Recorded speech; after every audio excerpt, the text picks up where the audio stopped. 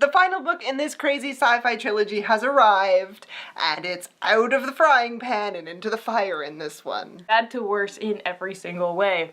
Em and the birthday children have just made peace with the Springers, and they were working on coexisting with each other when they find out that there are more spaceships on their way to Omayocan. And they're almost positive that their intentions toward the children and the Springers are not friendly. With less than a year to prepare to defend themselves, there's not much that the birthday children can do, and on top of that, the tribes not belonging to Barca have been getting progressively more and more hostile. And worse, the birthday children are starting to get more violent and temperamental with each other, and no one knows why. Except for that one guy they threw in jail, the one who was causing all that shit in the last book. And this is where we're forced to eat our words, because last year we said some stuff, and out of his ass he just decides that they should be worshipping the god of blood.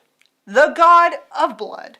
No prompting, no history, he just makes up the most violent sounding god he could possibly think of, and that, ladies and gentlemen, is how you know you're dealing with a psychopath who should not be in charge of a colony of impressionable children. Well, thing is, he was right. God of blood is an actual thing. Yeah, we were as shocked as you are right this second. We won't go into it any further because we've said enough spoiler-wise. But just know that the god of blood is a thing, and it's a thing that the entire planet has to deal with if they want to make Omayocan their home. I love how the relationship with the Springers has progressed from book to book. They went from being tentative allies to stronger tentative allies. There's always a sense that the birthday children-Springer relationship is just a couple of steps away from collapsing completely.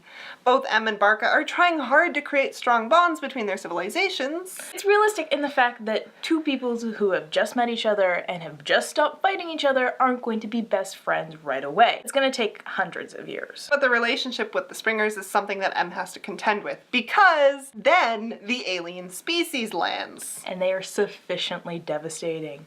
The new species, dubbed the Wasps, have the numbers to wipe the birthday children off the face of the planet and the weapons to do it quickly. Alone put all the characters through a whole new level of stress tests, and you still love them. Em is still an amazing leader, Bishop is still her wonderful right-hand man, Spingate and Gaston are still adorable, fun, and awesome. But they're once again forced to make difficult choices, get through tough situations, and they have to make the best of it. As things get worse and worse, you start to wonder if the children are going to survive at all.